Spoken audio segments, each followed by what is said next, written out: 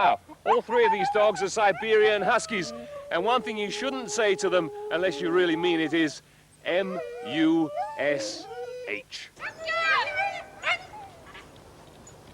All right, they're not mush, but go. They used to say mush, didn't they? Still do if they're French.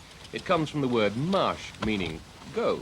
Anyway, Lynn Harrison has gone for a training session through the New Forest. Lynn lives at Dibden Purlieu on the forest edge, and she doesn't only breed these dogs, she races them as well. We train them 2 or 3 times a week over distances of, depending on the size of the team, from 2-dog to 5-dog team, and they run 3 or 4 miles and more sometimes. What about the top speed? To start, when they're actually starting off, they could probably reach 20-25 miles an hour, but then they go into a pace more suitable for them for long distances, and they can probably keep an average of 10 or 11 miles an hour. Lynn is obviously a pretty skilled driver.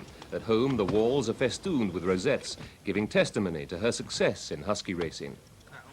More than 60 teams are now involved around the country, although the Siberian Husky was introduced to Britain no more than 20 years ago.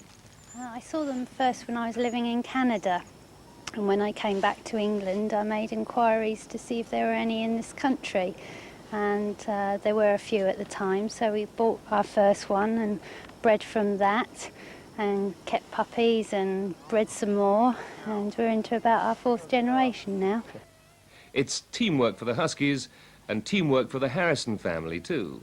Husband Mike and daughter Zoe are always there to lend a hand.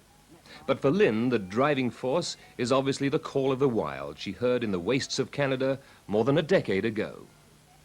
All right, go! By the way, getting started is pretty easy, but don't ask me how to stop, will you? But he did. Now then, let's look at the main